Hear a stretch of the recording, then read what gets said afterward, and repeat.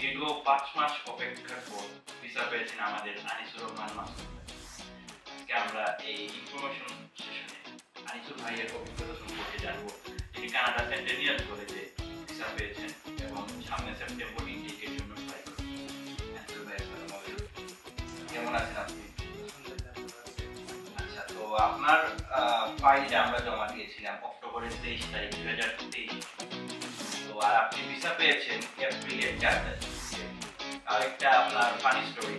তো ভাই ওই দিন আমাদের অফিসে এসেছিলেন ওনার ফাইলের আপডেট জানার জন্য, যেহেতু অলরেডি 5 মান্থ ক্রস করেছে। আমি অফিসে থাকা অবস্থায় আমরা চেক করছিলাম আর কি। উনি জাস্ট এসেছেন যেহেতু অনেক কস্টিং ব্যাংকে হিউজ কস্ট, সবাই এখানে একটা কনসার্ন, এই অবস্থাতেই উপস্থিত মুহূর্তে সাডেন জাস্ট দেখা গেল যে ওনার অ্যাপ্রুভালটা চলে এসেছে। আলহামদুলিল্লাহ, খুবই একটা আনন্দের মুহূর্ত ছিল। তো এরপরে অনেকটা সময় চলে যায়, যেহেতু ওনার যে প্রোগ্রাম ইলেকট্রনিক্স ইঞ্জিনিয়ারিং, আর এটাতে আপনার যে ডিপ্লোমা প্রোগ্রামটা রেফারেল করে এটার ক্লাসটা আসলে সেপ্টেম্বরেই আছে, মে ইনটেক ছিল না। তো বাই দ্যাট রিজন আর কি উনি এখন সেপ্টেম্বরে অ্যাপ্লাই করবেন। তো আজকে আমরা আপনার এই অভিজ্ঞতা সম্পর্কে শুনবো। প্রথমত আপনি আমাদের আপনার পরিচয়টা দিবেন, আপনার এডুকেশনাল ব্যাকগ্রাউন্ড, হাইট, আসসালামু আলাইকুম। আমার নাম আনিসুর রহমান মাসুদ। আমি আসলে এখানে আমি যখন আসছি তখন অনেক হোপ নিয়ে আসছিলাম, কিন্তু ভাইয়া যখন বলছেন যে 5 মাস যখন অতিক্রম করছিল তখন আর কি আমি একটু ডাউট ফিল করছি যে হবে কি না হবে না। বাট আমি স্পেশালি থ্যাঙ্কফুল ভাইয়ের কাছে, কারণ উনি সবসময় আমাকে কিন্তু গাইডলাইন দিচ্ছেন, সাপোর্ট দিচ্ছেন যে না হবে ইনশাআল্লাহ। আর এক সময় দেখছি যে সত্যি চলে আসছে। আর ওই সময় কিন্তু আসলেই আমি কথা বলার মতো আমার কিছু ছিল না। অবশ্যই আমরা সবাই আনন্দিত আনিসুর ভাই। ভাই আপনার এইচএসসি কোন ইয়ারে ছিল? আমার 2022 আর ব্যাকগ্রাউন্ড ছিল আমার এডুকেশন থেকে আছে, আর ব্যাকগ্রাউন্ড সায়েন্স ছিল। আচ্ছা, ভাই আইএস কোর্সে দেখি সায়েন্স ছিল 6 আচ্ছা, তো আমাদের বর্তমানে অনেকেরই আমরা রিসেন্ট সিচুয়েশন যদি আমি একটু এলাবোরেট করি, আমরা ঢালাওভাবে দেখছি যে 5.5 যাদের আছে, আপনিও জানেন অনেক রিভিউজার আসছে। বাট আপনাদেরকে আমি একটা জিনিস বলতে চাই আজকে ক্লিয়ার করে, যে 5.5 থাকলে যে ভিসা তারা দিবেই না কোনোভাবে, এরকম কিছু ছিল না। যদি এরকম কিছু হইতো তাহলে আমাদের আনিসুর ভাই কিন্তু ভিসা পাইতেন। আসলে এখন কেন দিচ্ছে না কারণ হলো তাদের যে ফাইলের ব্যাকলগ আছে, তাদের যে ক্যাপিং এর বিষয় আছে, তাদের যে ক্যাপাসিটি, যেহেতু ম্যান পাওয়ার বেশি হয়ে গেছে, প্লাস সামনে আরো অনেক নতুন নিয়ম আসবে, পিডিডব্লিউপি নিয়ে কাজ করছে, বিআর নিয়েও কাজ করবে।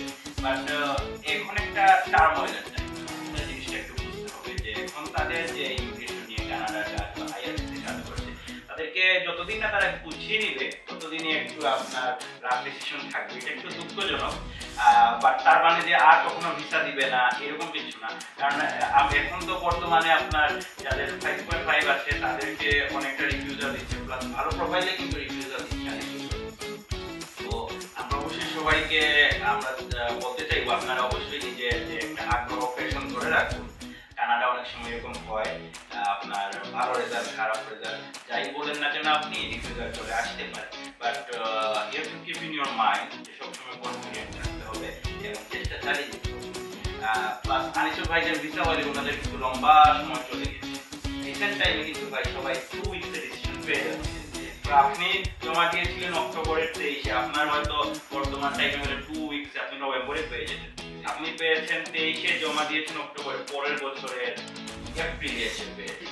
অনেক ডিলে, প্লাস আপনার রিকোয়েস্ট লেটারের ওইটাও আপনি পেয়েছেন। আগে কিন্তু রিকোয়েস্ট লেটার দিয়ে দিত, লং টাইম 4 মাস 5 মাস 6 মাস ধরে প্রসেসিং থাকার কারণে অফার লেটারে যে আপনার ইনটেক যখন রেফারেল লেটারটা চাইতো ওইটা জমা দেওয়ার পরে আরো লম্বা সময় চলে যেত, যেটা আপনিও দেখছেন। আপনি রিকোয়েস্ট লেটার এসেছিল জানুয়ারিতে, অথচ জমা দেওয়ার পর এপ্রিলে আপনার ফাইনাল রিকোয়েস্ট লেটার আসার পরে আমরা জমা দিই, সাবমিশনের পরে আরো 3 মাস অ্যাক্সেস লাগায় তারা। এটা আপনার এই যে ভেরিফিকেশনের জন্য আইআরসিটির সাথে যে ইনস্টিটিউট বা ডিএলআই 2 এর ভেরিফিকেশন আছে, এখানে অনেক বিষয় আছে যা আমরা